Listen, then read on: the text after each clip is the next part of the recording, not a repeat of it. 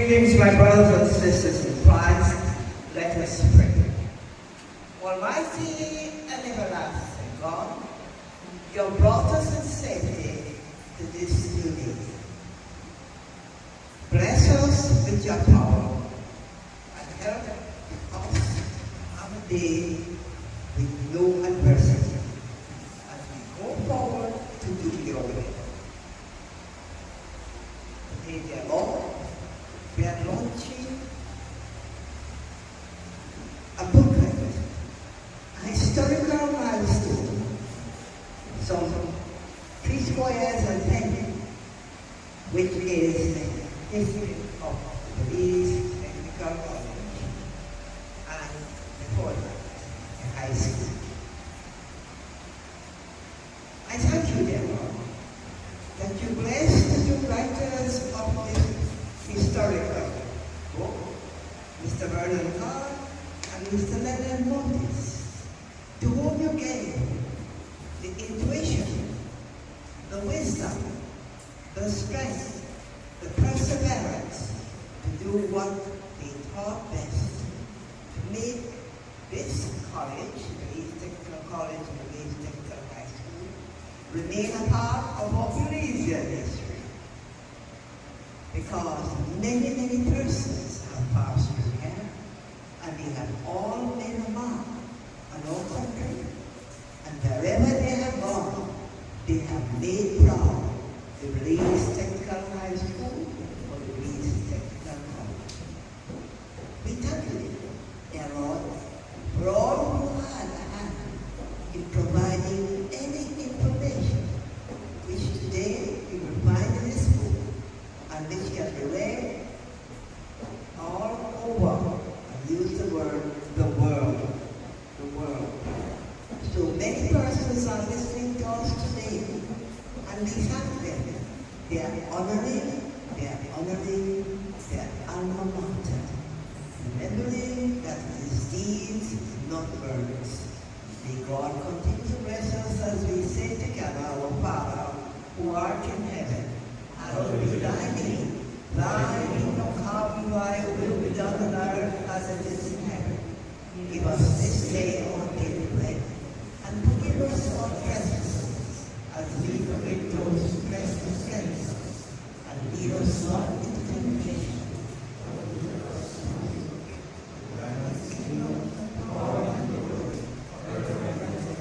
Amen. God be praised.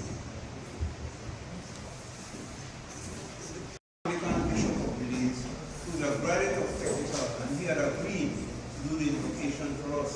But after he got elected as the Archbishop, he was taking up in other activities. And so I want to give a special thanks for Mr. Mugil, who at a short notice decided to come down and help us with the invocation. But she is again one of the most appropriate persons, because she taught at the college for many years, and her husband, Mr. Llewellyn Mugil, was a student here, and he went on to become a teacher and was elevated to the head of the engineering department. So it was quite appropriate. So thank you very much, Mr. Mugil. Now, referring to the panel that we have here, and I'll just mention a few words for each of them, right? The first person is Sir Colville Young at the end there.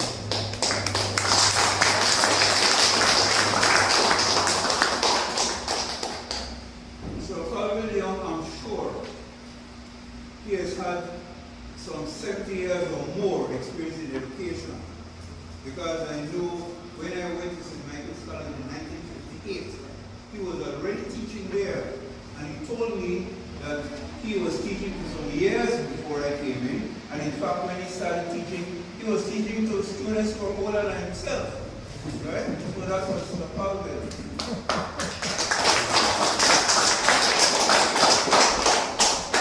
And at the time when the technical college was opening in 1952, he obviously knew all about it and was familiar with it, right? So he had an outside perspective of the institution.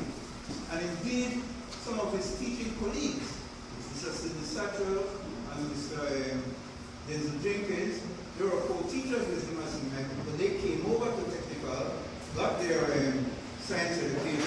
started teaching here from the early times at the college, right? So this was how it started. Well, a while after Sir Caldwell retired from St. Michael's, he met me and he said he would like to come over and teach English here. Because at the time, technical was such an institution that all the programs were mathematically based, and the students did exceptionally well in maths. But I'm afraid there were not a lot of literary subjects, and so they didn't do so well in English. Check with the then principal, Mr. Clive Gillett. And when I went to Mr. Clive Gillett and told him, he opened his eyes and said, "Did you see that? Bring him in immediately, bring him in immediately." And so that is how we had Sir Caldwell. Well, Sir Caldwell, being Sir Caldwell at the time, Dr. Young, is more than just an English teacher. When he came here, he immediately started programs that were most unusual. He organized debates among students, and then he selected the best students and organized debates with the students against the staff. And some of the debates found their way in the public domain at the Bliss Institute. But it was not only that. Later on, he went on and wrote the graduation song for the college and found the appropriate music for it. So since his coming here, the college had a graduation song that is sung at graduation, and he accompanied them on the piano. But that was not all. He got himself involved. Technical students usually have an annual variety show, and he was very much involved in that, assisting in drama and music and song and so on for the variety show. When he came here, he went to do some CXC marking in Barbados, I think it was, and he met the Trinidadian education minister, right? So the minister from Trinidad. And he asked that individual, he would ask the Trinidad government to give a steel band to Belize. And lo and behold, he said yes, and the first steel band came to Belize and was lodged here at the Belize Technical College Steel Band, Steel Orchestra. And he himself, along with his son Lin Young, trained teachers and staff, and so we had the first steel band in Belize. And after the demise of the college in 2000, the steel band went on to become the All-Star Steel Band that still exists, right? So that is Sir Caldwell Young, right? And so then,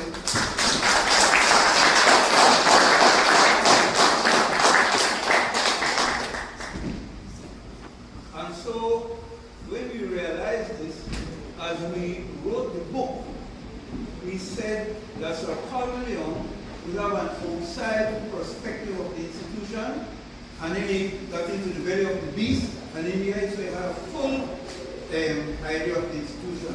And so we said we'd like to have no one else write the forward for the book. And Mr. Martis and I, we called him and he said to come over. He lives on, I think, about mile 13 on the Northern Highway. And so we drove up to his home. But on the way, I must say, we were concerned, we were hoping that he would do it, right? And so when I spoke to Mr. Martis, I said, "How do you feel?" He said, "I have my 2 fingers crossed." I said, "Well, let me tell you something, I have my 2 fingers and my 2 toes crossed," that he would accept.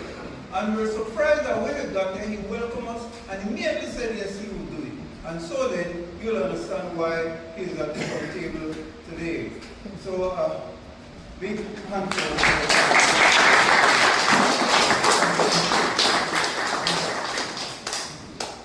And then next to Sir Caldwell is Dr. Kendrick Leslie. He was one of the first set of students to attend at the time the Belize Technical High School. It was a technical high school.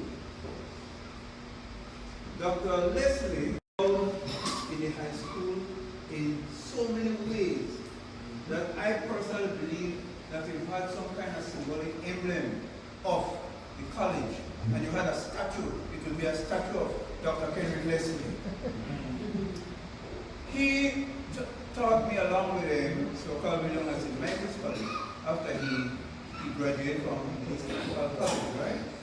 But his story is amazing because at the time there were no science teachers in the country.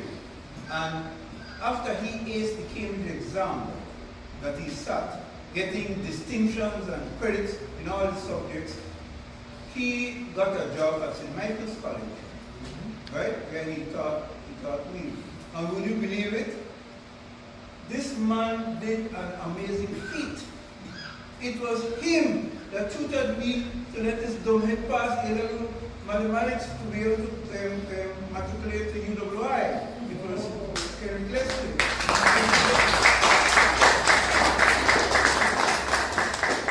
After he left St. Michael's, he went to England at the British Meteorological Center there and studied meteorology. Then he came back and was attached to the regional meteorological service in the Caribbean, and he was stationed in Trinidad. At the time, there was just a little broadcasting outpost in Belize. And Dr. Leslie was the person who started the whole department from scratch and developed the Belize Meteorological Department that we have today.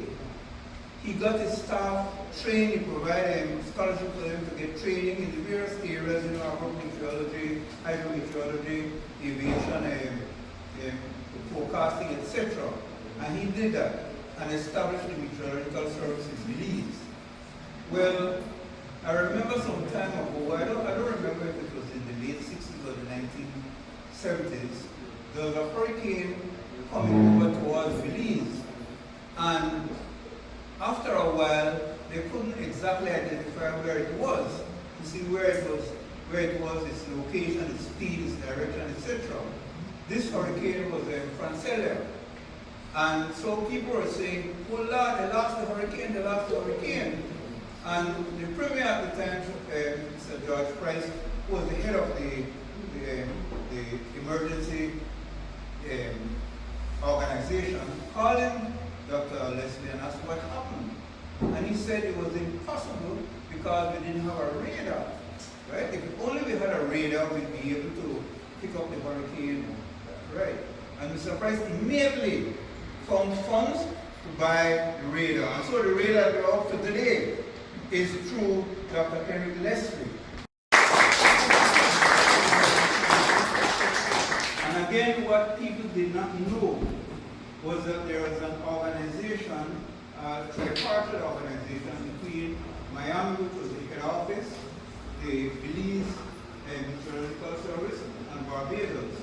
So when hurricanes or storms came in, Barbados would pick it up and push the information to Miami, who announced it to the whole world. And then when it came further in, then Belize with its radar would pick it up. And then Belize would be giving the information to Miami, who would then broadcast it to the world. So most people would say, I don't want to listen to the Belize thing, I want to hear the Miami one, not knowing that the information from Miami was coming from Belize. And I dare say that the Belize Meteorological Service was by far one of the most outstanding in the region and far above the Central America. And in fact, Guatemala at one time also asked us to help them with the Meteorological Service, right? So that was Dr. Kerry Gillespie. Well, eventually he got promoted to a permanent secretary in the Ministry of Education and Communication, and he was there until he retired. He left for the United States, did his master's and PhD, and was attached to the Allied Signal Corporation organization. Scientist in that organization in the United States, and he was responsible for the business of laser beams technology, right? And he told me personally, at one time, he actually went down in a submarine to push laser through the waves to get it above the surface, right? So he was there. And then he left there and came back to Belize, and immediately they asked him if he could organize the Caribbean Community Climate Change Center. And of course, again, like the meteorological service, he started from scratch again and developed that system into a body, and this one is now not Belize, but regional which exists up to today. So he was traveling all over the world talking about climate change and so on, right? And that is when he finally retired, and now we have Dr. Colin Young, who will be handing it over to, right? So that is Dr. Kendrick Leslie.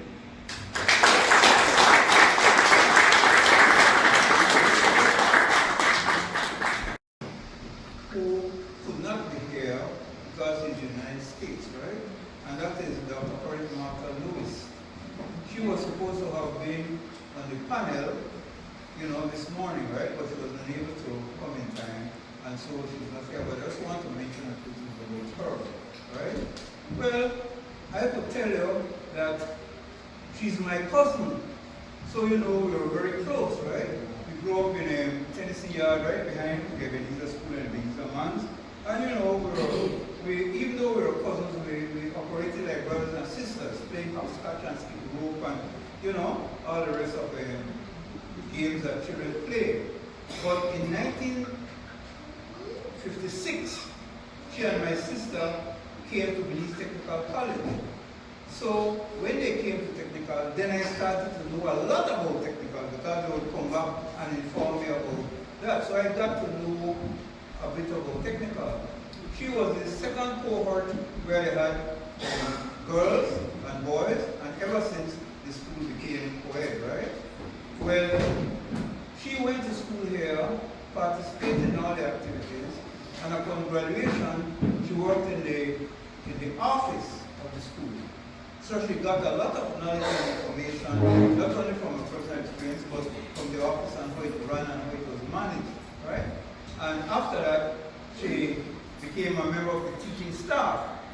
She went to Canada, did her degree, became a senior teacher, and eventually was promoted to the head of the General Studies Department. And then when Mr. Gillett retired and Mr. Morrison took over, she became the vice principal, right? And so again, Mr. Martis and I said, we don't think there's anybody else who will do the denouement or the winding up of the book, right? And so we called her and asked her if she would write the epilogue. And she was so excited, and she did. And so we thought that, we've mentioned that she's a part of the book, right? So that's for it. Vernon, he is well known in research, a person who wrote a lot of books, biographies, history. He was in fact a person who does editing of books and so on, right? Well, fortunately for me, I knew him a long time ago because he was a librarian. His whole life was in library. And as a little boy, we joined the library. At the time, it was on Northern Street known as the Eden Library. And so we used to attend there. And there was another gentleman, Charles Gonzalez, who was there too, but he went and did law and eventually became a Supreme Court judge, right? But Mr. Lawrence Burnham, he stayed there, right? And I could remember in 1953, when the government built the Bliss Institute, the upper floor was used for the library and the reference room. And so Mr. Vernon and myself moved back, way back from then, right? Because he worked under Mr. Gibson, and he worked along with my cousin and Bradley, and later on when I was with Simon, right? And we used to go to him to talk him to help us in the reference room and so on, right? And so when my friend Vincent Gillett and I spoke about it, he said, boy, we have to get that man to do the editing of the book. And so I said, for sure. And of course I knew him. So I called Mr. Martis to tell him that what we decided, right? We wanted to get Mr. Vernon as the editor. To my shock and amazement, Mr. Martis replied and said, I was just about to call you because he's the godfather of my son. And so we went to Mr. Vernon and he did the editing of the book. He was unable to come here this morning, but I wanted to just mention this about him, right? Mr. Vernon.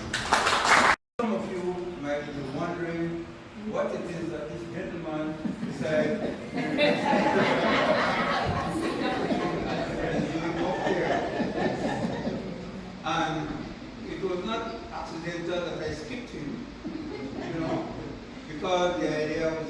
best for last. And he is the representative of UK here, the British High Commissioner in Belize, Mr. Alistair White, right? And when we wrote him asking if he could please come here and not only attend but to grace the table, he really agreed, right? Now why is this? Most people do not really know that in fact, in truth and in fact, the entire technical institution, the technical high school and the technical college was gifted to Belize by the British, and everything of technical was British. At the time, the high schools in Belize only were grammar high schools, pattern of the old British high school, but there was no science, no technology in Belize. And the British government decided to gift one to Belize. And when I say gift, every single thing was the British. They came up with the idea, they had experience from England, they brought in all the ideas, the plans. At the time, this compound where we're right now was a swamp area. It was on the edge of the town, Belize town. And it was the British that gave this site. So they have filled it up, and they had their architects design the whole building, did every single thing, and they built it, right? I think they started in 1949 and finished it in 1950. So while most of the time when we talk about technical, we tend to say 1952 to 2000, but that is when it opened the door. But the British were involved with it from probably in the 1940s. They had to have the ideas and the plans and everything. And they not only put the building, they had the public works from Belize build it, so they supervised it. They planned it, they equipped it, they put in all the furniture, all the classrooms, all the laboratories, all the workshops, all the equipment in there, the office staff, and because Belize never had any science teachers at all, they actually sent some local teachers to England to be trained in technical education. This is Jerry Wright and Mr. Francisco, right? So they did all that. And all of this, they funded. The Belize government didn't put a red cent. Everything was done by the British, right? And so when we were writing the book, we spoke, myself and Mr. Marcus, and invited the British to be here to acknowledge, all the contribution they did. Because if they never did, there would be no technical and we wouldn't be here right now. So you could understand the importance of the British, right? And so I just wanted to ask him and appeal to him to please convey to his government our deep appreciation and heartfelt thanks for the donation and the contribution they did to Belize.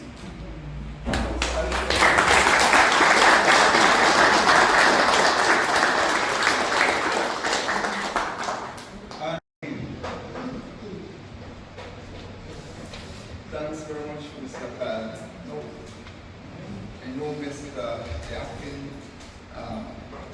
High Commissioner is not acquainted with Mr. Card, but everybody that's in here from technical knows Mr. Card. I was just keeping check with my watch, as Mr. Card could take it all the way.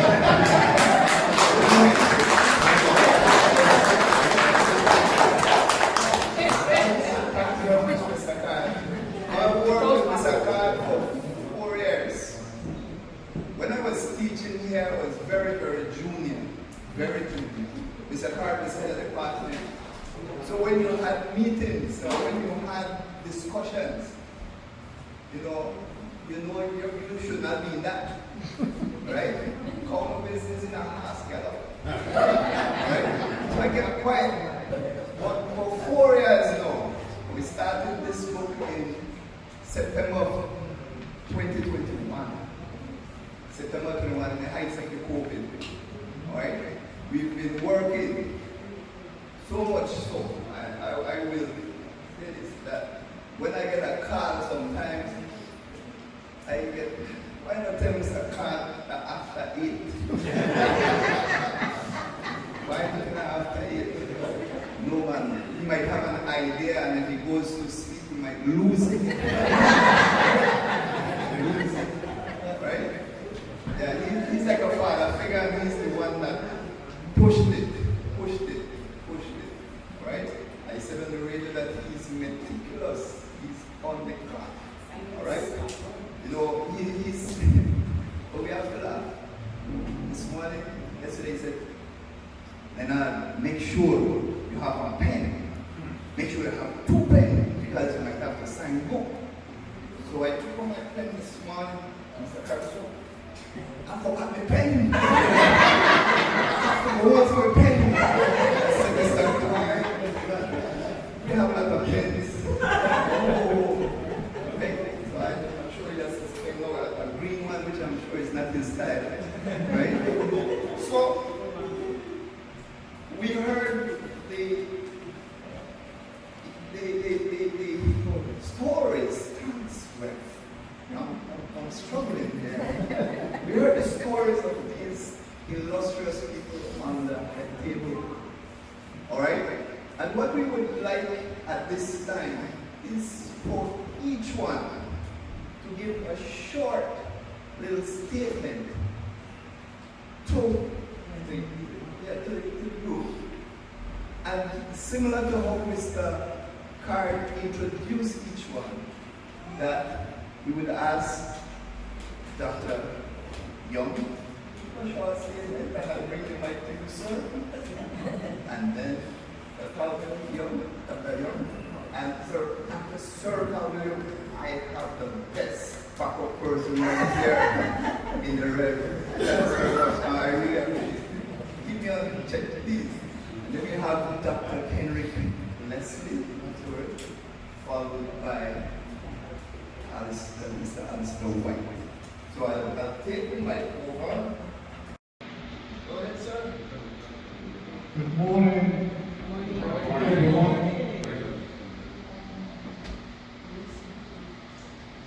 I am not quite tongue-tied, so I will do what I was told to do. And I want to share with you the story of the luckiest man in the world. And that's me. I was born on Blue Street. And as luck would have it, my predecessor as Governor General, Dame Benita Gordon, was also born on Blue Street like myself. She was born at one end of Blue Street, near to Berkeley Street, and I was born on the other end of Blue Street, near to King Street. And luck again, I got a scholarship to go to high school from St. Mary's Primary School, where I took the scholarship exam. And if I had not got that scholarship, I would not have gone to high school.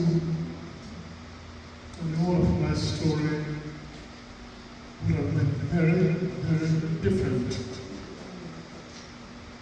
But I got that scholarship and I went to St. Michael's College. I should mention that my father was a carpenter. He just made it through primary school. My grandfather, Samuel Witt, was illiterate. He could not read or write. In fact, I want to tell you a story about my grandfather, Samuel Witt. he went to register my birth. And on the registration form, it has my grandfather as Samuel Lester Witt. No, his name is not Lester. So what did Lester get to the paper? The truth is, when we went to register me, instead of having his name as Samuel Witt, he said Samuel, he says Mr. Samuel Witt. And the clerk heard that as Lester Samuel Witt. And that is what she wrote on the paper. And being unable to read and write, he did not realize the mistake until he was at home. The scholarship to St. Agnes College. And look again, I came first in every class at St. Agnes College. And when I graduated, I was invited to stay on and teach, which I did. Look again, Gordon Leslie persuaded me to take the A-levels, 2 A-levels, so that I can qualify for a university scholarship. I took the A-levels, passed in English and history, and I got a scholarship to go to the University College of the West Indies. Over there, I was lucky again. In the second year, I got the Student of the Year award. And as a prize, they gave me a free trip to anywhere in the West Indies that I wanted. And I chose to come back to Belize to see my wife and my children. Now, I don't think my time is quite up yet. So just mention that I was one of the chief English examiners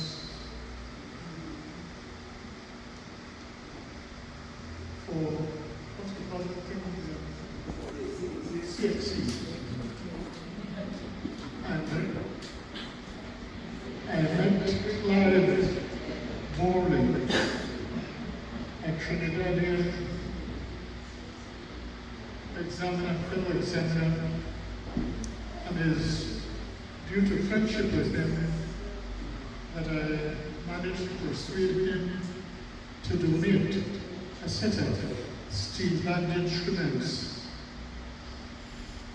He sent them to me, and I traveled over to Belize Technical College. And that's how Belize Technical College got a steel band.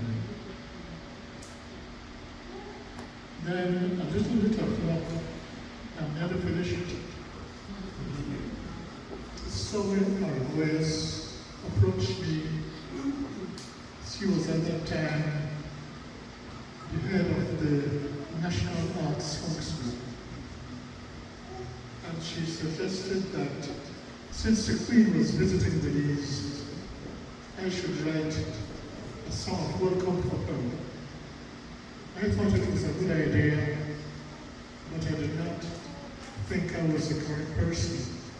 I wrote the song of welcome, and the Queen told me Belize was the only country in the Commonwealth that had welcomed her with a soft welcome. She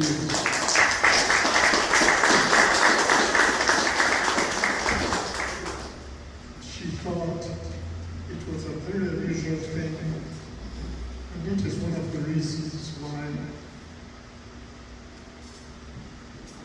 she gave me the GCMG.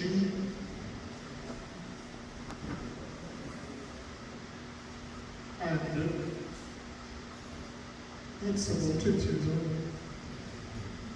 I am grateful to all the people who have helped me along the way. I'm grateful to all the people I met at Belize Technical College.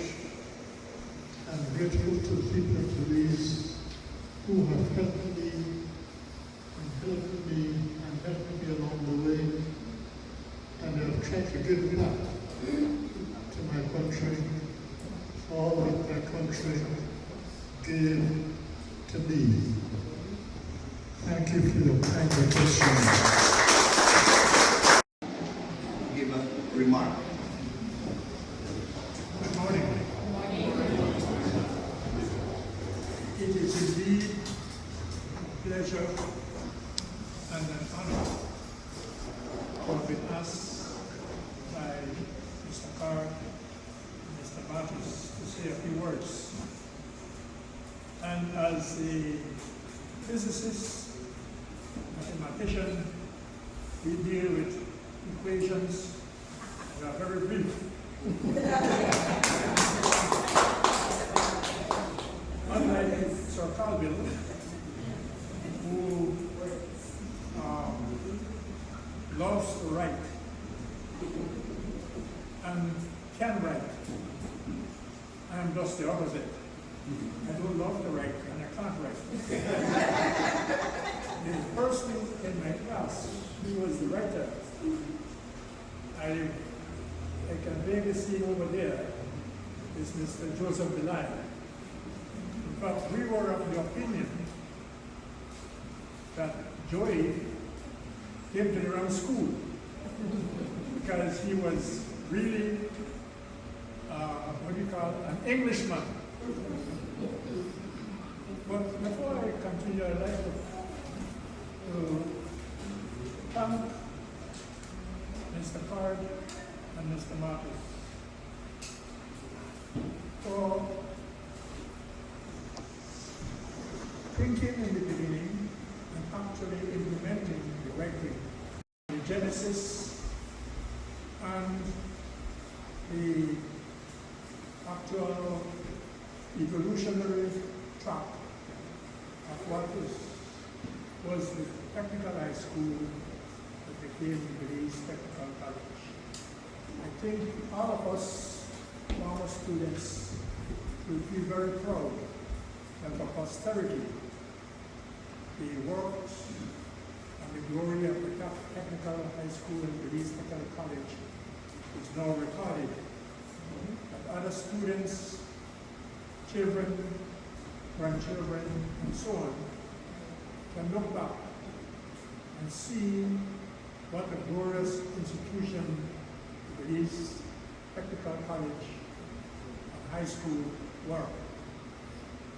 And after 48 years of its contribution to the development of Belize, the policymakers found it fit to close it. But history will continue to show that that was one of the greatest mistakes ever made to Belize. Because every country that has advanced from developing to where they are developed is based on having technical institutions. And I will give you an example of what I mean by that.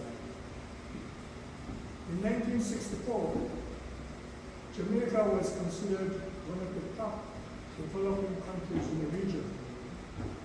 And in the British Commonwealth, Singapore and Jamaica had a about the same GDP of around 8 to 10,000 United States dollars for the same population. Some 60 years later, Singapore is among the top 5 countries with the highest standard of living. The GDP of Singapore and Jamaica were the same in 1964. Today, Singapore GDP is around $89,000 per capita. And they got that because of its technical institutions and universities.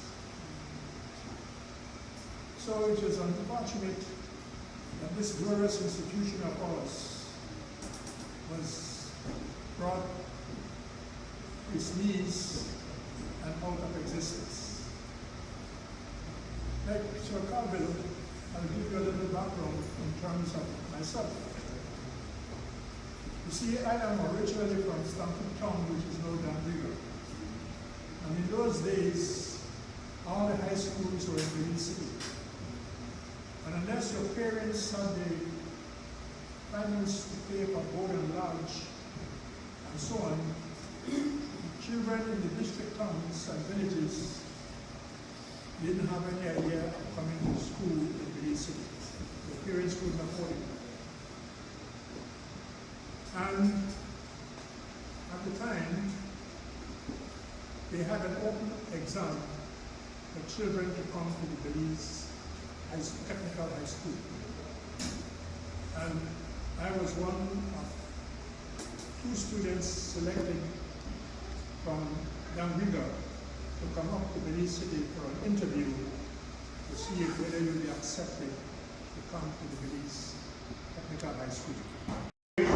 Remember that we all went to an interview at the education office, which was at Queen Street, just opposite the Baptist Church.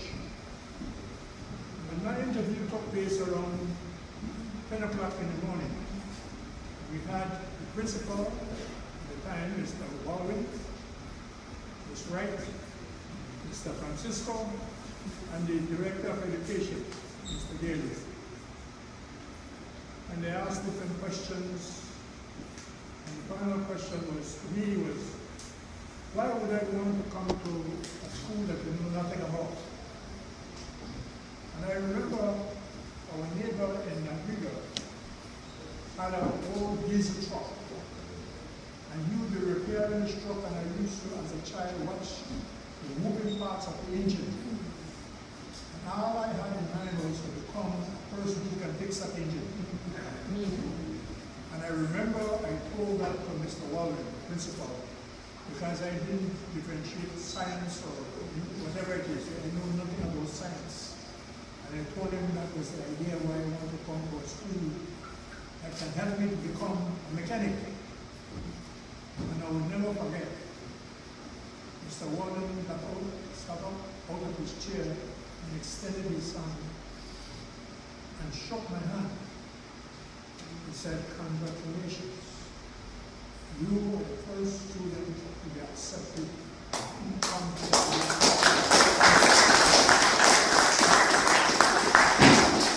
I don't think any of you could ever experience the feeling I got. We were staying with the family on Prince Street, off Albert Street. I got out of that place, they gave me a big envelope with all the instructions of the uniform.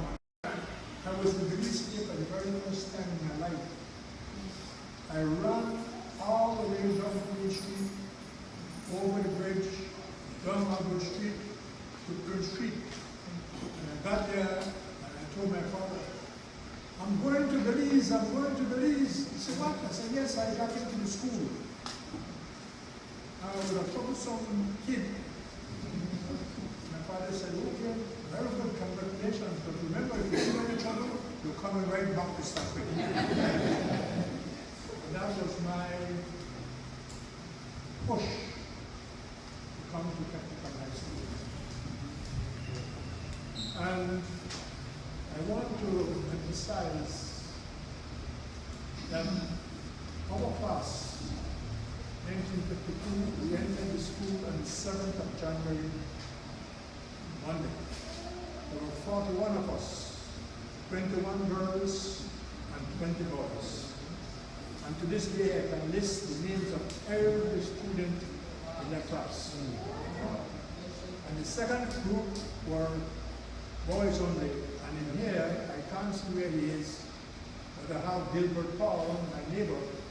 He was in the second group.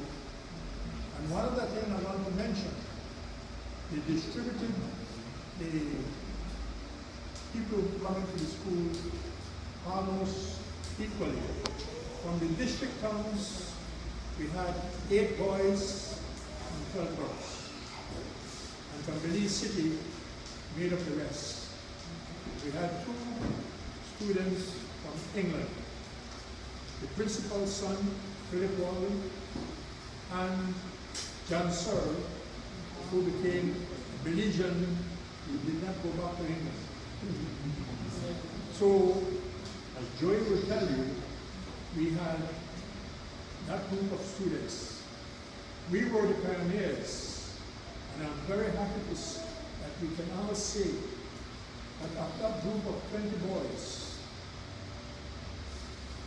over 70% went on to become scientists, engineers, technologists, and educators. And thereafter, the following set of students followed suit. Technical has laid a history in the sense that if you look around, our engineers today, our doctors in the early days, our dentists, our agriculturalists, you can name it. They all came from Technical High School and Belize Technical College.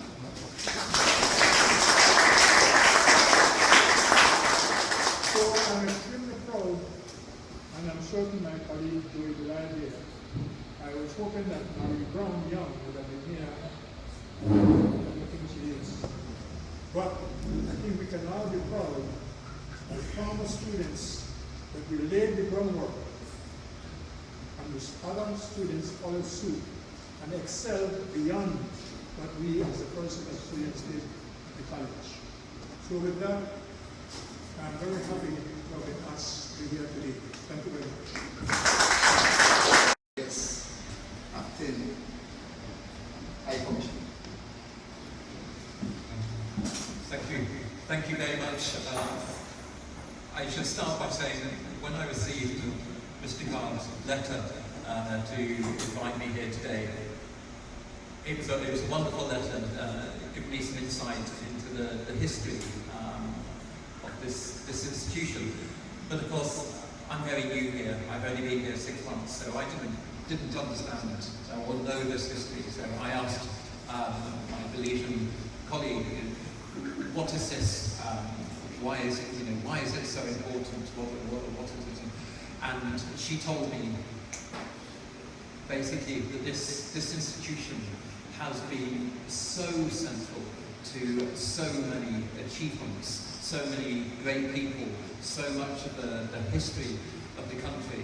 And she said, I should absolutely go, because as the British High Commissioner here, I am often very, very aware of the history, and there was a very generous discussion on the history of the UK here. And of course, I prefer to focus on the positives of the future, the current situation. And to be here, I'm able to see the real positivity of our relationships and our shared commitment to education, and education being the absolute foundation of society, of growth and people success in society. What I also didn't understand and didn't know is that I would be sat on a panel here with such amazing people, Mr. Carr and Mr. Mortis, who I haven't met before tonight. But Sir Colville, and also Dr. Leslie, who are people I have learned so much about in my 6 months here. And thinking of the legacy of this institution, Dr. Leslie, it works, was one of the first people I actually learned about here in Belize as being the man who founded and made the 5 Cs such a success, who made climate the issue and the priority it is for the Caribbean, but a man of Belize. And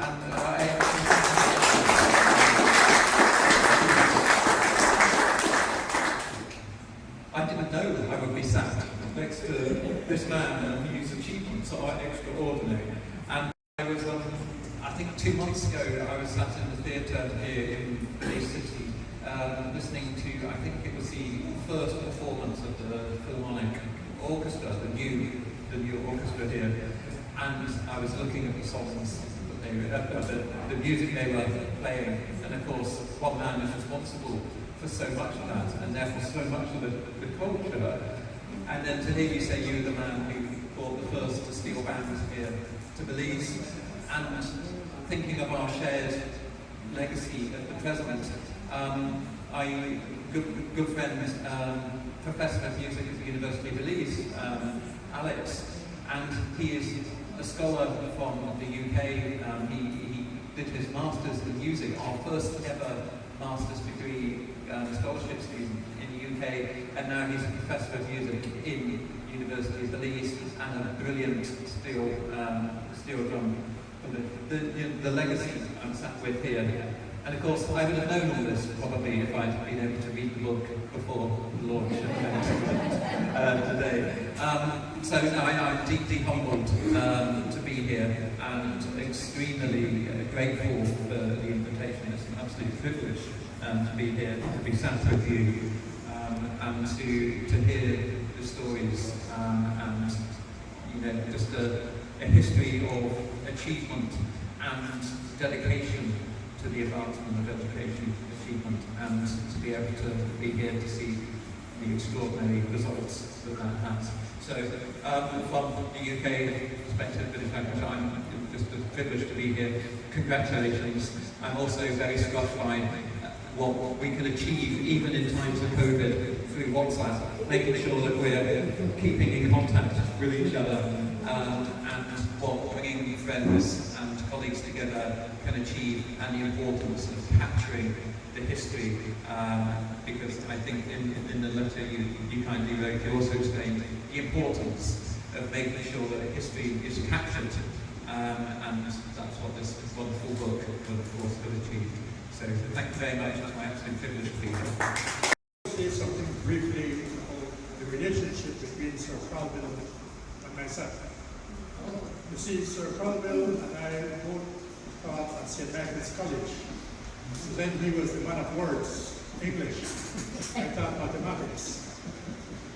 But through that friendship, I became the godfather of his second son, Lynn. And I was able to convince Lynn through giving him books that he should move away from English to become a scientist or engineer. And I'm very happy that Lynn is an electrical engineer, but stuck with the music from his dad. That is the reason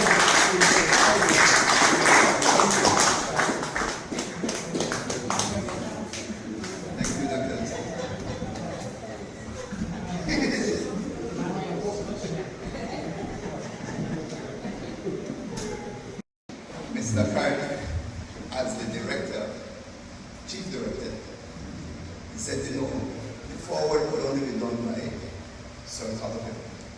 So he knows me. I was a student. I'm sure you know. So we went to Sir Colville's house, and he entertained us on the piano. As we played, he said, Dr. Colville, would you do us an honor to do forward? So, I'm a little bit up there, I don't write anymore, but you know something, I'll do this one. And we're so grateful. Dr. Leslie, we went to his house several times. And he remembers everything. As he said, he knows every student that was in his class in 1952. And I was there and I said, oh, go ahead, Dr. Leslie, just continue talking. And I put my cell phone there. And I have a couple hours of conversation that went into the book. He said that he was a kind of, not so good student, mischievous. If you read the book, you'll find out it's more than that. It's more than that. Just didn't want to say it. The acting High Commissioner, he says that we have to bring somebody to represent the UK. So he has to be the biggest guy. And we wrote a letter. And I was in class because I still teach.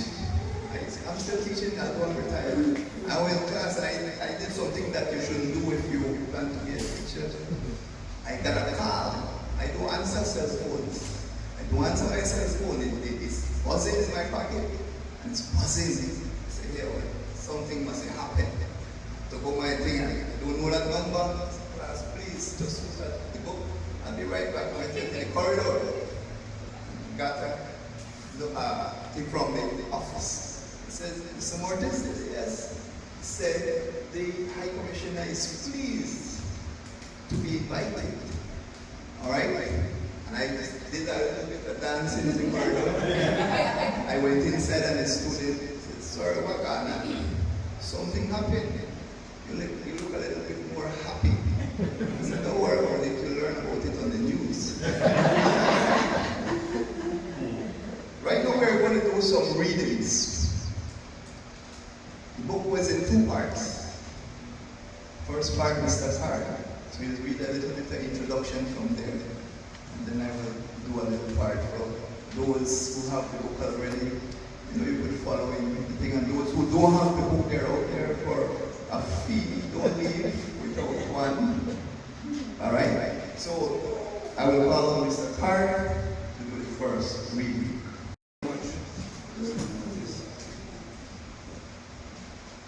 All right, this part of the book, although written by myself, started there to me, the onset, the beginning of the institution. So here goes. During both World Wars, resources, both human and material, were garnered from all over the British Empire to facilitate her eventual success. Small territories like British resources contribution were proportionately considerable. Despite the treatment of our colonies, for some inexplicable reason or reasons, the colonial territories, including those of the Caribbean, joined Britain shoulder to shoulder in the war and even laid down their lives for her. Britain's conscience was strict, and so for these small Caribbean territories' contribution to the war effort, she decided to improve their lot. However, within the Caribbean, development was slow because, among other things, higher level training was only possible through England. This was far across the Atlantic Ocean and was costly. Hence, only a few people could receive this level of training. In addition to this, Britain had just gone through a costly war, and all the colonies were clamoring for greater assistance. It was with this in mind that shortly after the Second World War, Britain made a concerted effort to make up somewhat for this in the Caribbean territories. Along with the Caribbean territories, Britain established the Asquith Commission, within which was a committee chaired by Sir James Irving, out of which an overseas arm of London University was developed by the name of University College of the West Indies, which grew to become University of the West Indies. People like Mr. Vernon Leslie, the first resident tutor of the actuarial department of the university, Mr. Clive Gillett and Sir Colwell Young, former Governor General of Belize, received the London degrees. Sir Harrison Courtney, the first Speaker of the House of Representatives of Belize, was the British Honduras' representative on the committee. At this time, the British sought to develop and establish technical high schools throughout the Caribbean in order to enhance the growth and development of science and technology and improve expertise in the region. The war had forced the warring nations to increase the development of science and technology for their survival. Therefore, the British decided to bring these technologies down to the high school level. Prior to technical education, the Caribbean's high schools were patterned off the British grammar schools, which sought to develop students trained mainly in classical arts that included subjects like English literature, history, mathematics, Latin, Spanish, or French, some Greek, divinity, geography, health science. Students could also do art and music. At that time, the British believed that one could not attend a university without having studied some Latin or Greek. Thus, in British Honduras, the British established the Belize Technical High School, which eventually evolved into the Belize Technical College. So it was that in 1952, Technical opened its doors to accept students from all over the country who had completed their primary school education. Acceptance was done through an entrance exam which incoming students had to sit. The Belize population was small, and this was an additional secondary school, so the school was able to accommodate applicants from all over the country. 41 students in all were accepted, 20 boys and 21 girls. Now I just want to make a statement here to say to you all that I know that with the demise of technical, the people will recognize that they don't have an alma mater, that nourishing mother, right? And I know that's not a good feeling to know which school you came from, right? But I think that fortunately for us, we have this book, and while we don't have an alma mater, we have an alma book. And in a sense, it's very good because if you are far across the world, your alma mater is way back in Belize. But with this, your alma book, you could take it with you, in your bedroom, you could have it with you. And so I just wanted to make that statement of it. That's a good one, Mr. Khan. I did not hear that one before. Mr. Khan, he repeats things, so that one was original. That is a brand new one. That's a good one. That might be the second edition. Everything is already in here. Everything here. So let's go. Move on. All right, my reading starts on page 226. And it's the first part of part 2. And it starts with a quotation from the Daily Clarion of 7th January 1952. It says, history was made in British Honduras this morning, and a step forward was taken when the colony's first technical high school was opened in Belize. We have entered an era of development in British Honduras, and there is an industrial awakening in the colony which calls for more trained men and women than this country now has. The technical high school was long overdue, but it would appear that we have waited long for a school that promises to be good, and we are at any rate grateful to those sources whose generosity has made this training center of our future technicians possible. Our Chief Justice said at the beginning of 1951 when he opened the annual conference of British Honduras Federation of Teachers that this is the age of the trained man. Since then, we British Honduras are seeing the wisdom of that statement more and more. And small wonder that so many people in the colony rejoice today at the opening of the Technical High School in Freetown Road. The school is located in a quiet part of the city and is well appointed. The rooms for the teaching of all subjects are spacious and well equipped with modern apparatus, hand tools and machinery, and more is to be added to the present equipment. The success of the school will depend on the extent to which all concerned will be willing to cooperate. We wish the Technical High School every success and trust that British Honduras will derive from it a great deal of Good. That was the daily clarion of the 7th June, on the day that the school opened. And now I went, and it goes downhill from here. Unlike today's technological era, on the 7th January 1952, there was no formal opening, no ribbon cutting, no photographs, no speeches, no politicians showing their teeth, reminding the nation of all that they had done and the gratitude they were owed. There were only 41 young students, their ages ranging between 12 and 14, along with 3 full-time teachers raring to go from the day one. The true meaning of the motto, which would later define the institution, deeds, not words, was on display from the beginning. The colonial government of British Honduras, if it were desired, would have had cause for celebration.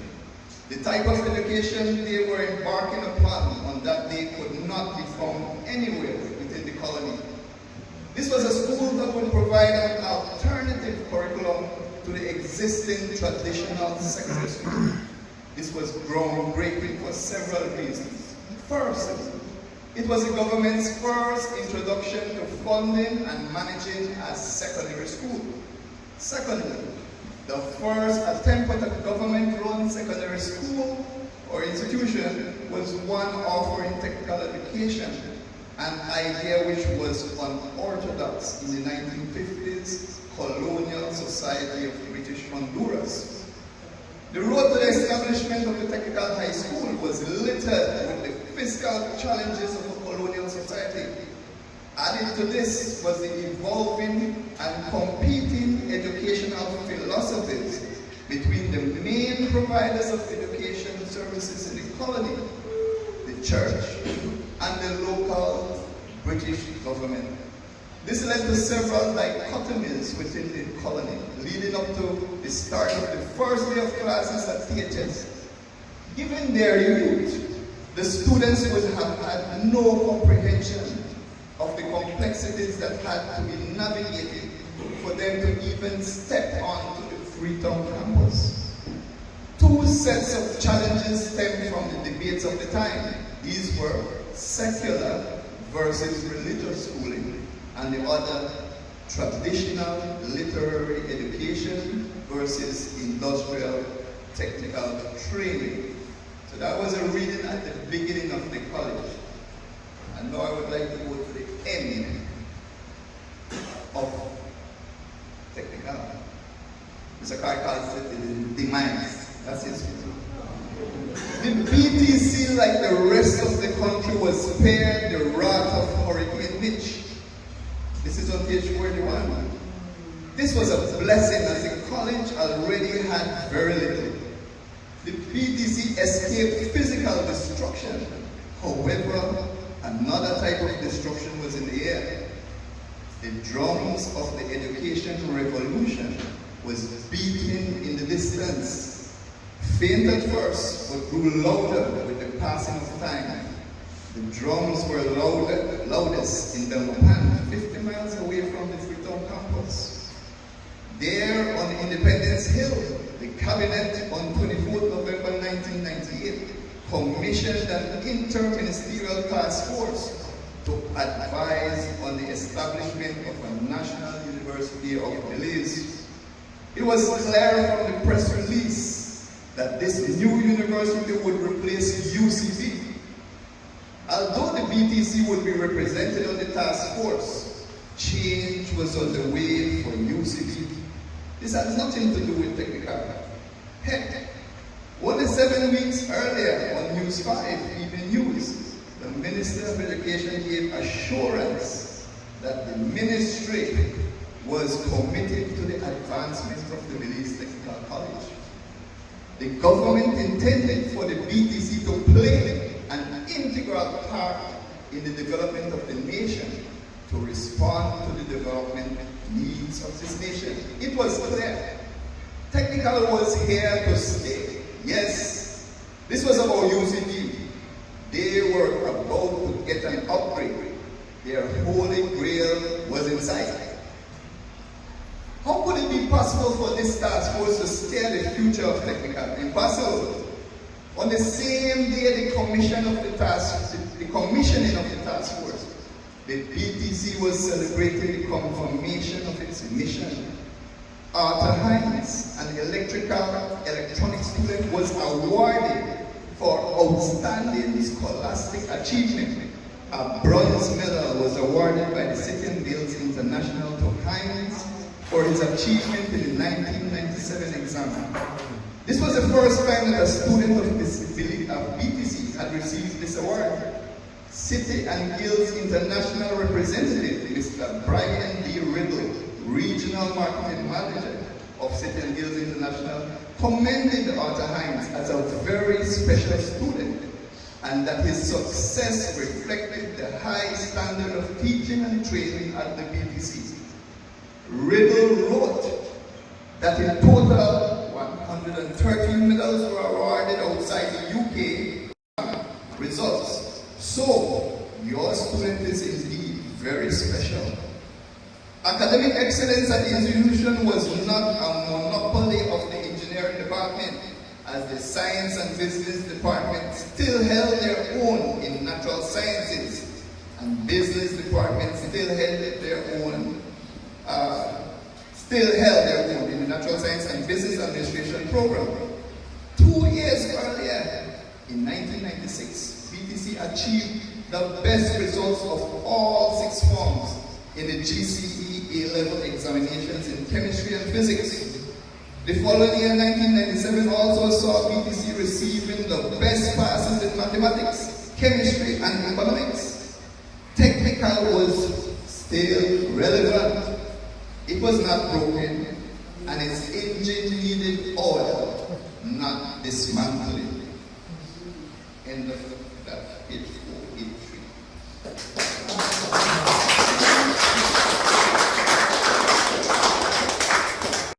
We have some special remarks from the floor, not the table, several from the floor. We are privileged and grateful to have our last principal of the Belize Technical College, Dr. Isabel Tun, to say a few words to us. She is still our de facto leader. Still a leader. Come up, miss.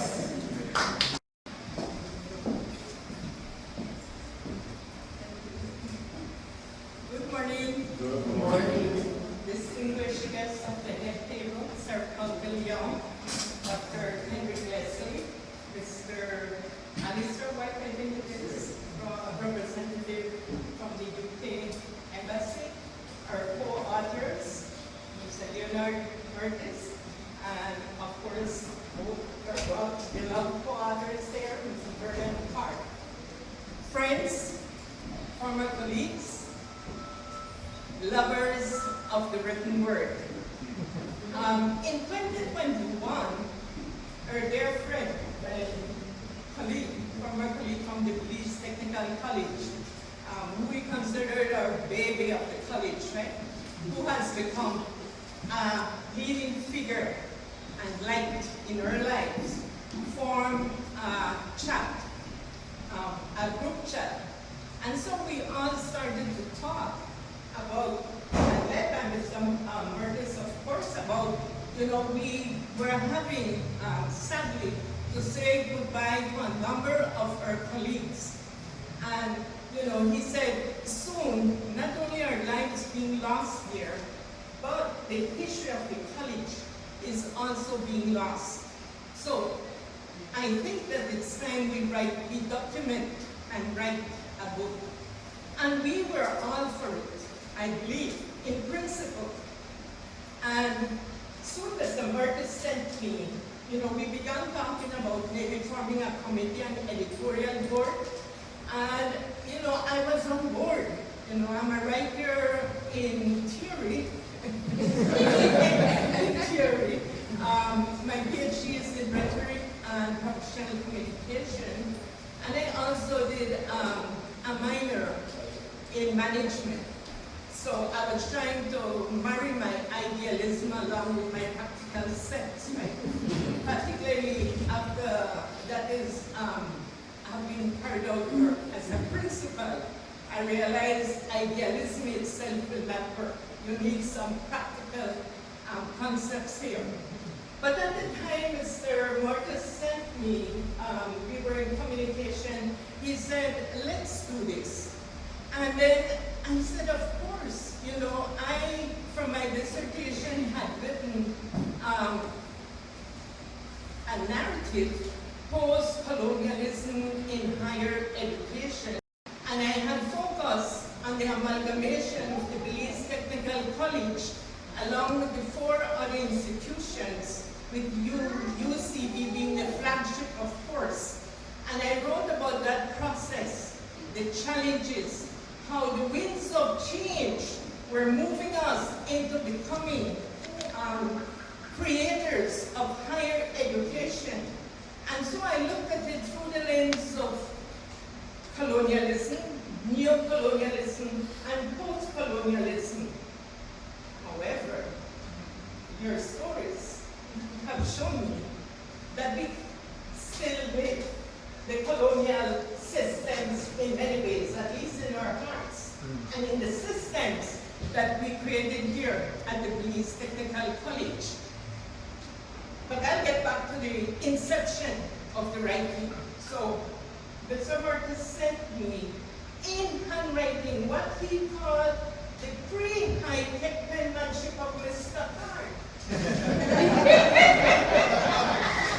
He sent me 86 pages of narrative of the Belize Technical College. And so I said, Maria Isabel, time to step back. You have told your story. My story was about 2000 and moving forward. His and Mr. Marcus's story would be looking back. They had, in terms of the narratives, Mr. Card, when I read his narratives, it was like, you know, I could see these people jumping around, moving around, instructing in this college, right? He brought to life people we were not familiar with and activities we did not know about. And so that was not, in my head, my narrative. My narrative was something different. And so I think in a conversation with Mr. Card, I said, Mr. Card, I think you should write your book. And out of that came, of course, we've seen Mr. Marcus's rigorous academic research that he has led to this work that has captured the internal and external struggles that have taken place in the Belize Technical College. My colleague, Ms. Alison Crawford, and and along with many of our colleagues, we at one time headed what we call the NASTY Association, which stood for the National Association of Secondary Institutions, but really in the Creole sense, when we were angry, we were nasty. We were the nasty crowd. We could fight, right? Now, to my dismay, I am caught with the burden of being the last principal that has seen what we call the demise of the Belize Technical College. However, when I look at the slides, I see principals. But there are, as principals, we carried 2 roles. It was a dual role. It was principal / accounting officer. And the accounting officer was having to manage a budget. I think at the time it was like 1.3 million a year. Right? Here's a rhetoric teacher looking at the budget. 1.3 with 90% going to salaries, right?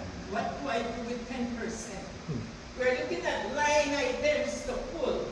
Belize Technical College already was becoming in disrepair. It was nothing like this. If we had this, imagine what we could do, right?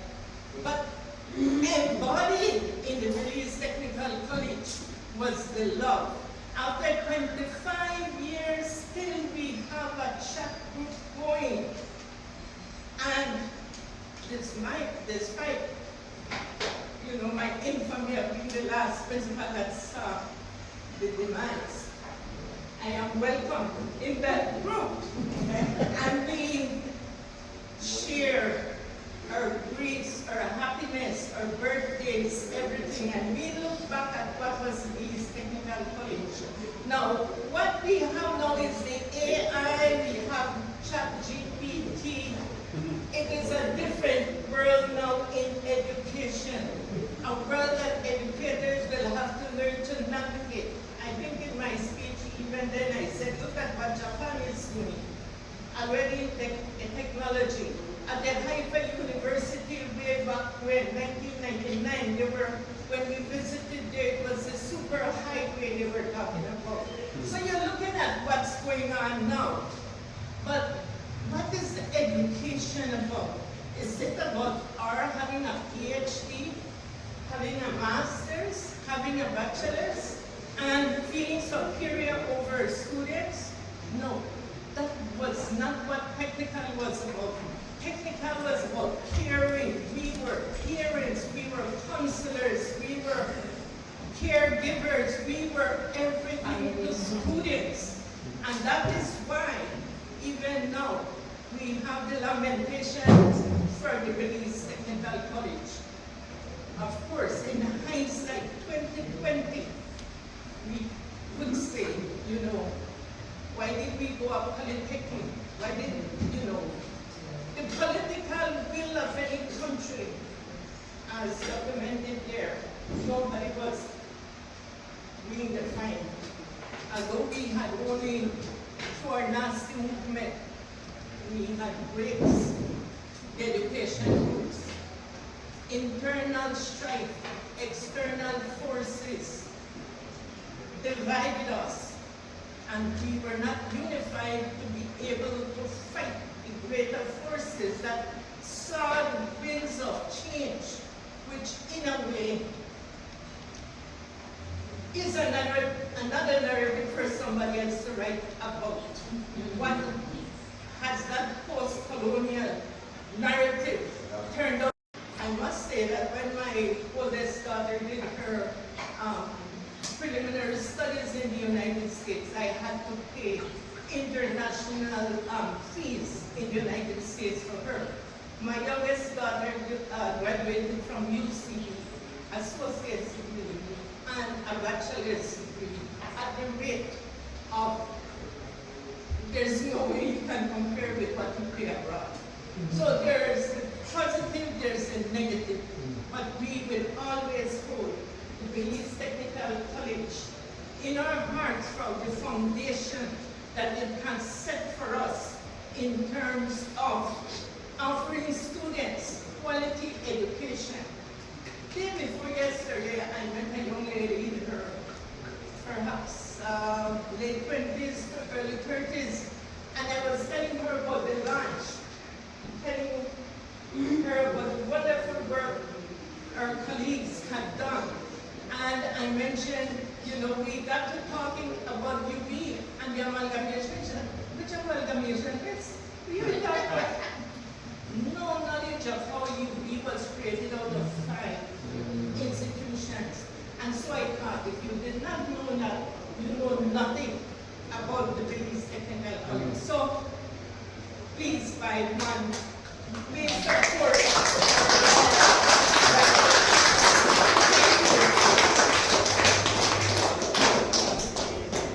Thank you very much, Dr. Tun. Dr. Tun is our mother's figure. All of us are old, gray, getting gray. I still have some black. But we look up to you, Dr. Tun. All right? You are the last that we have, the last mother figure. We wish you a long life.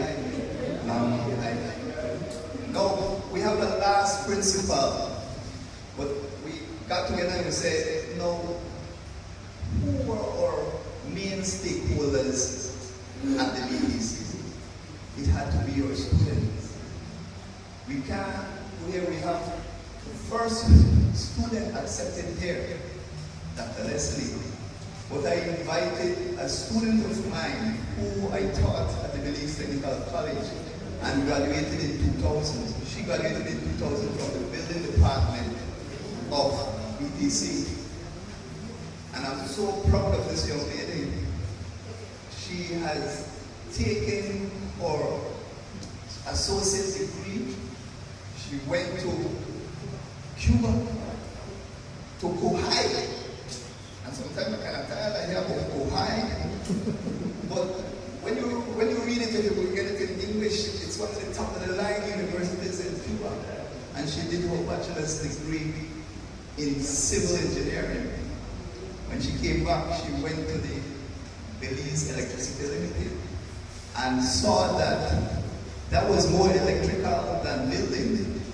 And so she started to fit herself in. And this, as I call her young lady, this young lady now has 3 master's degrees.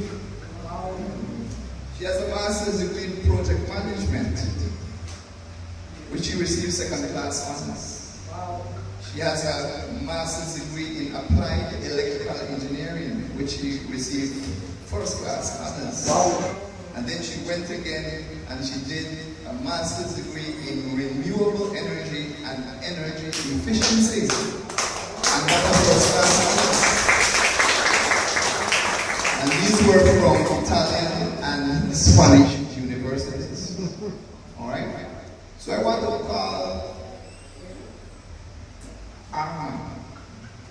Arzudivas, who bookends, is the bookend of Dr. Leslie. Dr. Leslie 1952, Arzudivas 2000. Now, she used to call herself the lyrics Dana. Way back, I don't know if she's still a lyrics Dana. Bring it up, bring it. Come up and say something.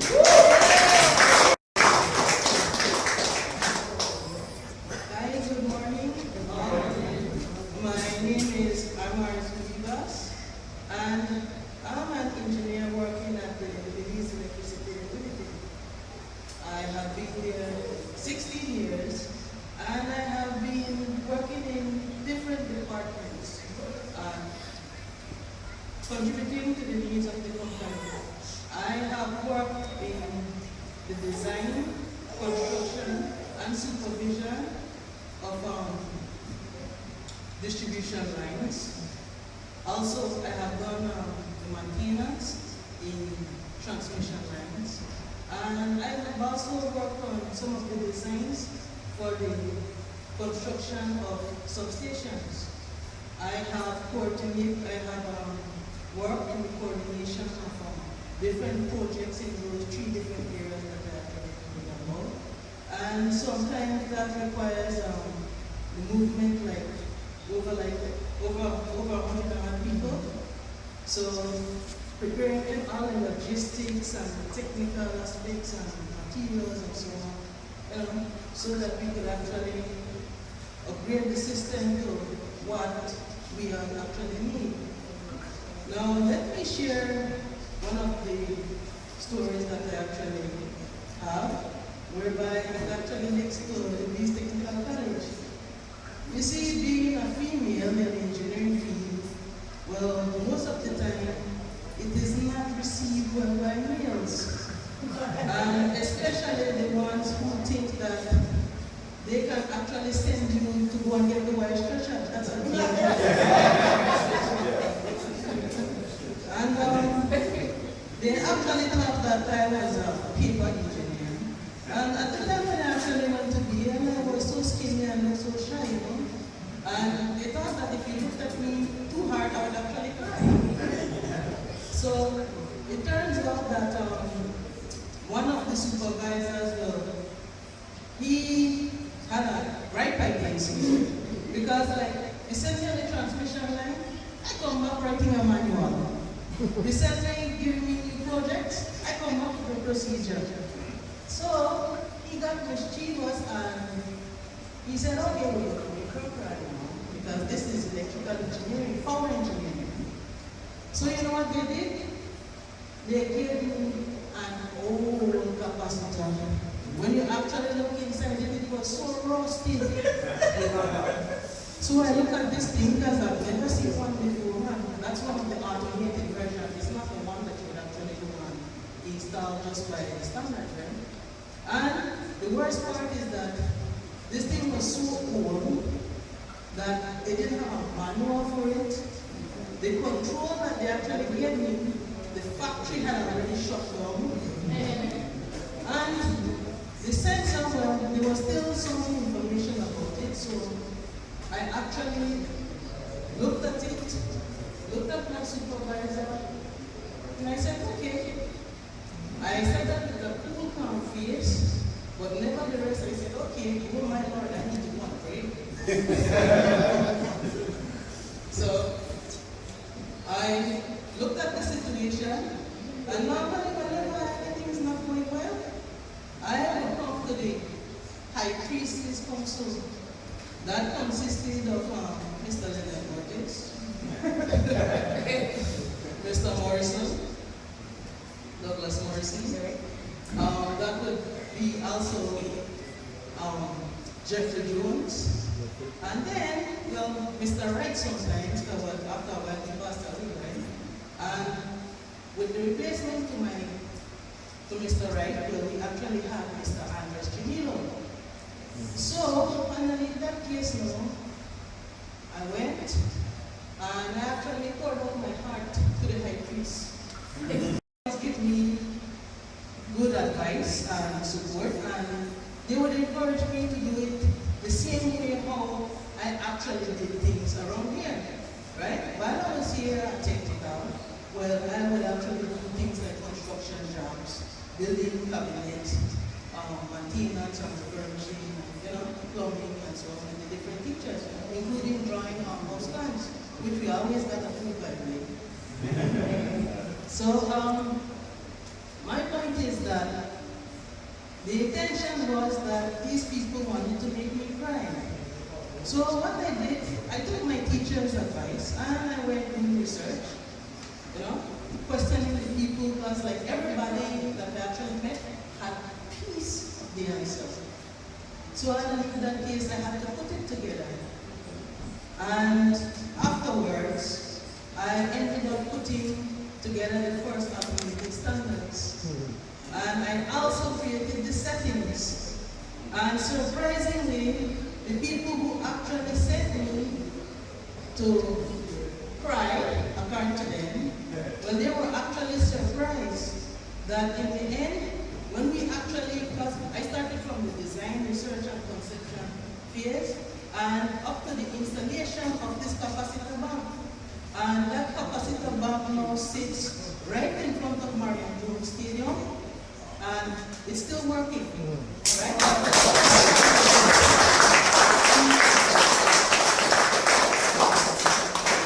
So, you see, coming to technical and having my friends as well, there are always big brothers who keep on looking over your shoulder, no matter what position you get, no matter how much degrees you get, they're always here for you, right? And that was one of the things that technical actually fostered. They actually cared about you. They didn't look down on you, despite what race, color, status,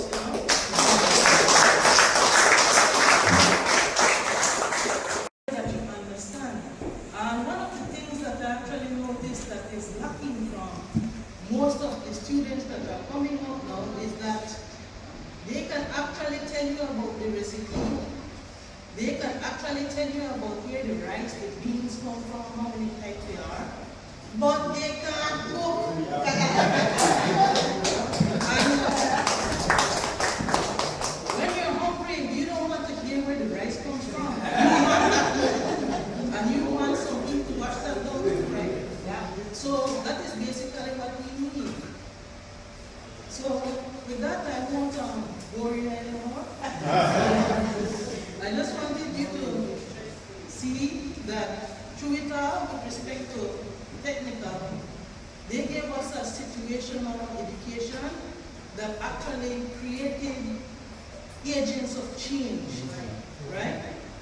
And they actually created you, they actually educated you to be whatever you needed to be, right? So with that, thanks.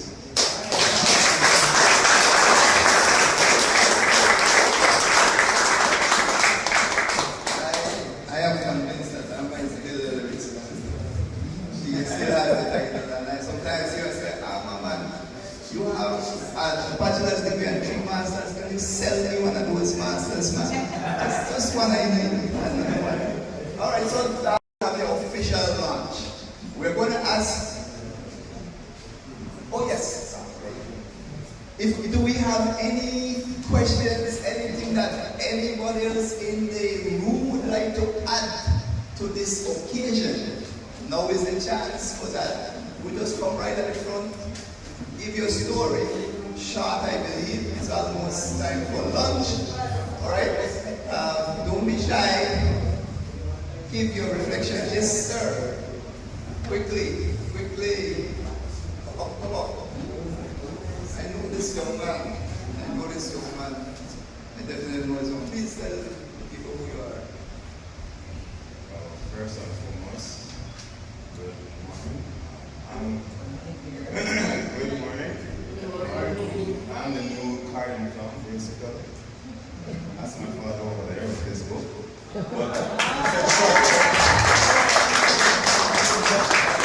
So I didn't go to technical, but I learned from the trial. Secondly, I did my first race with the girls, right? I think they had some relative. They had a relative, and he took me there. I jump out, I pick up truck, bust up the knee, but I had to get up and pace with the girls. You say what? Oh, sorry. All right, but just that down to the right. All right. Now I read some message from Dr. Corinne Martin Lewis, who could not be here. We have, come on, quickly, time out. What I want to say right now is I'm from one of the classes from 97, 98, it was mentioned below. So I'm kind of a little bit proud right now. But what I really want to talk about with technical when I was there is the culture, not just the education. Because you know Mr. Lenny, and Morrison, and the last names more than anything else. We didn't really call and Mr. Chubby, right? So when I was at technical, honestly, I never called the teachers by the actual names. All the teachers were subject to a nickname, but we never knew that the teachers knew the nicknames. But they just accepted it as the kids would be the kids, let them learn, let them do what they do. So in respect to the technical, the culture was like a family. You accept people for who they are, and it doesn't matter to you, they do a little thing crazy here and there, but they're going to get through and they're going to go in life and they're going to go in society and be a part of society productively, and that's what I really got from technical, more than education, it was culture. Samuel Tsu is today representing the Ministry of Education.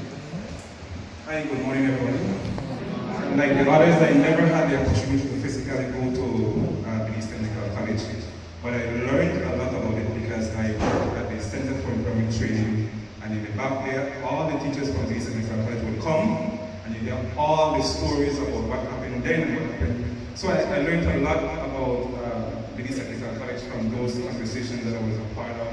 We had Mr. Pierce, Daddy Wright, my good friend from housing. They would come and talk, right? So, right, Harvey, right? They would come and talk, and so we learned about it. And even Mr. Ford.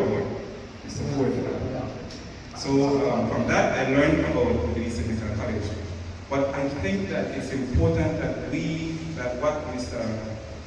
Mortis and Mr. Hart is doing in putting this book together is right. We need to document things like these because it's our history. And if we don't get an opportunity to document, I would safely say that the next generation will never know the experiences and the impact of the Belize Technical College to our country and to many of our communities. So for that, I think you guys have done an excellent and a stellar job in documenting the historical aspect of the Belize Technical College. Lastly, I would like to just congratulate both of you on behalf of the Minister of Education and the Ministry of Education for such a great work. And I believe your work will go long beyond the pages that you've written. So once again, congratulations, gentlemen. I'm sure that when you get back to the office, you will tell the minister and all those in the ministry that we have books for sale. We would like to pack up the ministry with some of these books. So just do something for us there. Yes, sir. Good morning, everybody. As a former student of Belize Technical College, I just want to first of all give recognition to our teachers. I remember Dr. Carla Barnett. I remember Ms. Emily Barrow, Mr. Santiago Ricalde, I think he's deceased, may his soul rest in peace. Mr. Jaime Sanchez, I saw him some years ago at UB. And of course, Dr. Calvillo, he taught me general paper. We did 6th form general studies. And I will say that Belize Technical College has contributed to our family well. There are 4 of us who went there. My oldest brother was a career educator, is now retired. I myself am retired. My younger brother, Norman Rodriguez, is an attorney. And my younger sister, well, she's retired as well. So Belize Technical College has been good to us. I want to congratulate the authors of the book and say it serves as a wonderful memory and a piece that we can hold on to, like I said. We can recognize it as our alma mater and remnants of what it is. And so I will say congratulations to both of you. Thank you very much, and all the best. Well, my good friend, the doctor, Mr. Douglas Morrison, my compatriot. I would just like to say congrats to both Mr. Card and to Leonard, my good friend, and to all my wonderful colleagues who are here. Technical has been a place for me, 1981. Okay, being a teacher there, being the head of department for the building department at the amalgamation. So I was like this, Dr. Tun, have that area of transition into the University of Belize. I've also been the first chairperson for the engineering department after the transition. So I do have a good wealth of knowledge of the transition and exactly what occurred during this period. The power was above us. We didn't have any say in that transition. It happened, and this is where we are at 25 years later. Life continues, and we continue to grow as a people, and we continue to grow as a nation. But I know that technical is always there. Technical is part of that process. That technical is that made us who we are today as a people and the development that we can see today in this country of ours. Okay? We see people like Michael,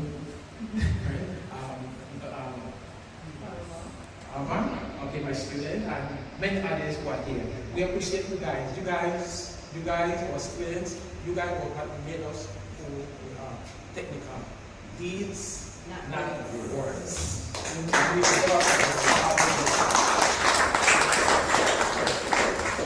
Thanks very much. Hello, my name is Reverend Ellis Lewis. I'm a graduate of the class of 1974. And my husband was in the first class of the electrical and mechanical engineering in 1974. He graduated in 1972.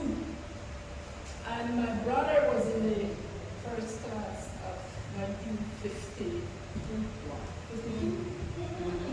Mr. Leslie? Rudolph Cassilis? 56. Class of 56. So we are all students of Belize Technical College in our family. I have another family member, Miss Alice Mihela Crawford, that was also teaching here. And my husband went to Jamaica to study the electrical and mechanical engineering teaching at the Belize Technical College. So he was a former teacher too. Thank you.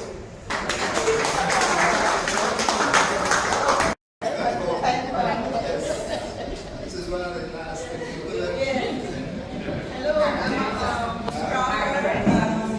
a former chemistry teacher at the Belize Technical College. I'd like to congratulate two authors, my colleagues, Mr. Card and Mr. Martis, for a very good job because when you start reading the book and the way it is arranged is that you could read different topics at a time. You don't have to go, consistently throughout the book, very interesting.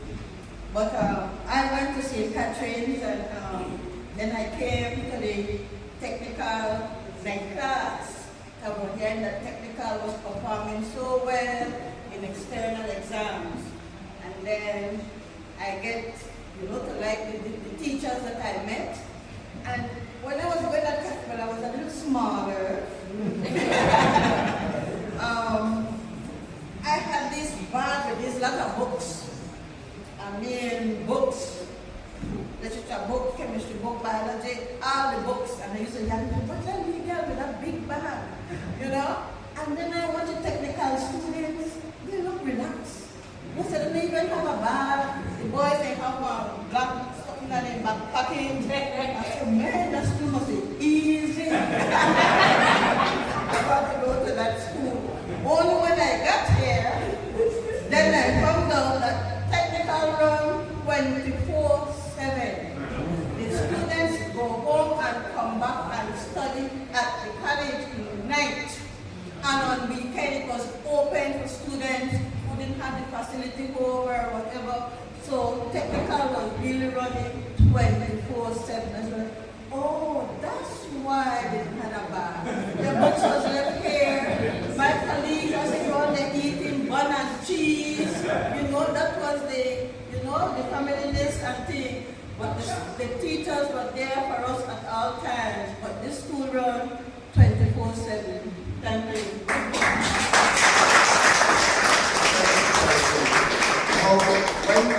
When we had to choose somebody for the epilogue, the last part of the book, Mr. Card said, it has to be Dr. Corinne. Dr. Corinne, they're cousins. All right, he said Corinne, I can't say Corinne. All right? And so we asked her and she was pleased. And she said, Leonard, send me the book. Send me what you have. I sent it.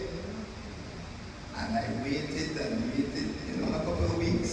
So I said, everything is going all right, Dr. Martin? He said, yes, man. Nice book. So about 3 weeks, something came in and, I started fluttering. And Dr. Corinne, in the book, I will say, her epilogue is the greatest piece of writing. Me and Mr. Tad, we are the writers, we just write. If you go fishing and you get to fish, that doesn't make you a fisher. You just finish fishing. One of the greatest piece of prose in the book was from Dr. Corinne. She could not be here today, so she sent her words for us to read for her. I would extend heartfelt congratulations on the perseverance and what has been obviously a labor of love by Vernon and Leonard to undertake and complete these words.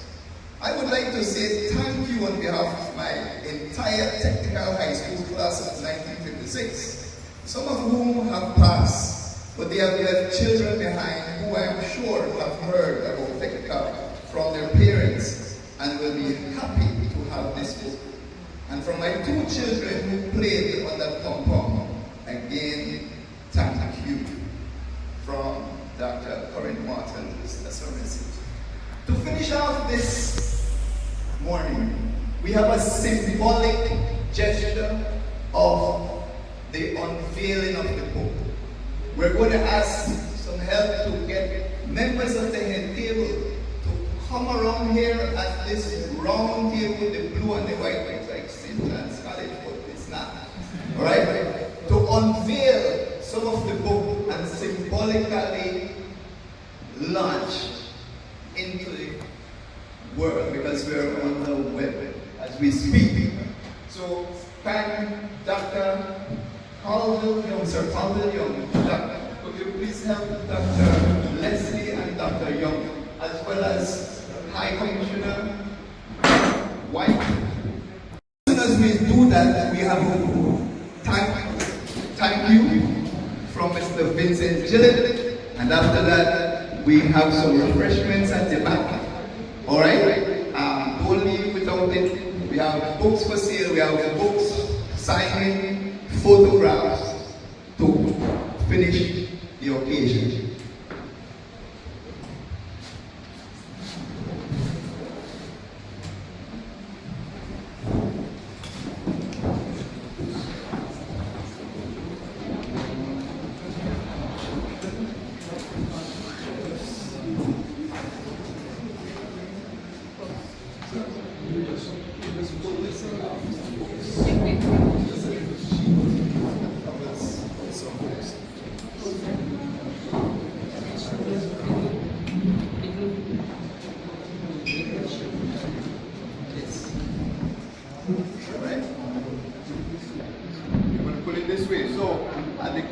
Do we have a countdown? Yes, I'm on 5. We have to have real pictures, right? Mr. Blue. Mr. Blue. This one. 5, 4, 3, 2, 1.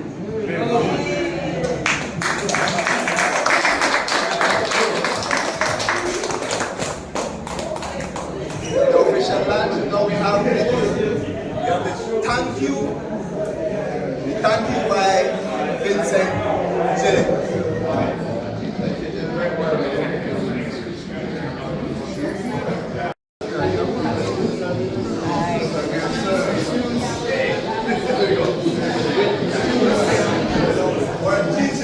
Thank you. Go ahead, Mr. Gillett.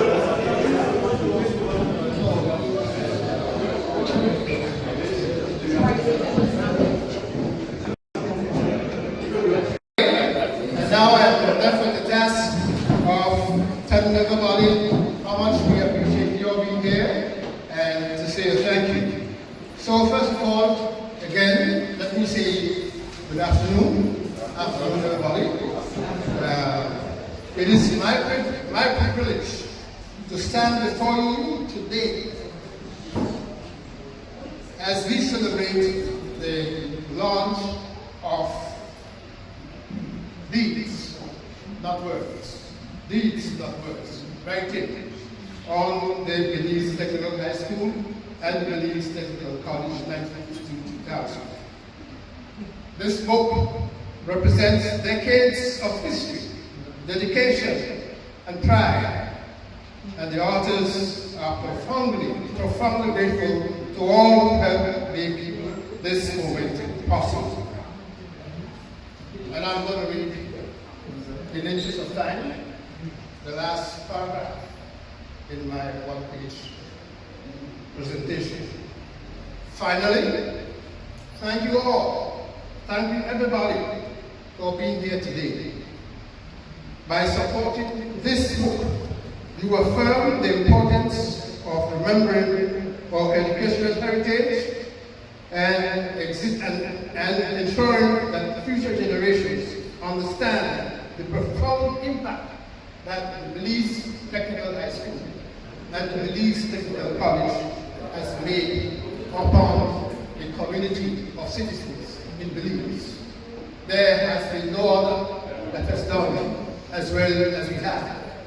And we stood by, and we will continue in the future to stand by the words. Deeds, not words. Deeds, not words.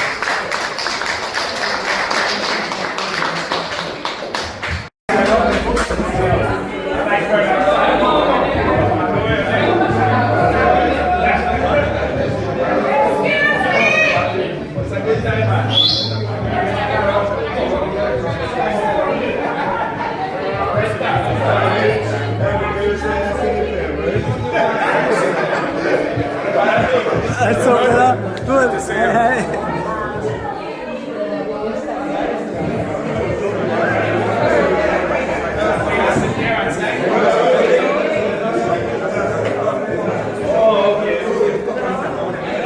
it off already.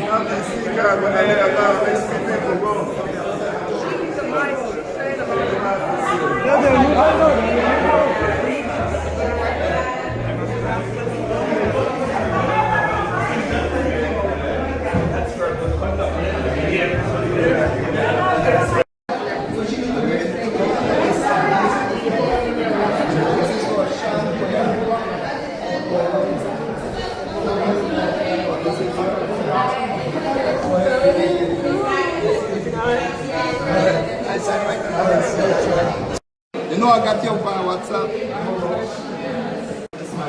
Alright. Louis Mortis.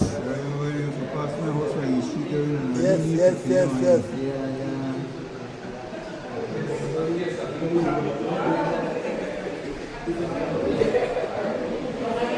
You want it to your name? Yes, Louis, L-O-U-I-S. L-O-U-I-S. I-S. Mortis. Huh?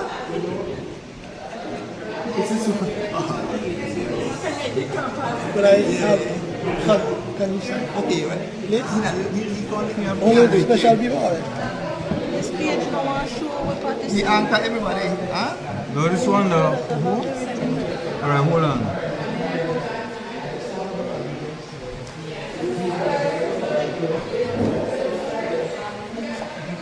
To whom now?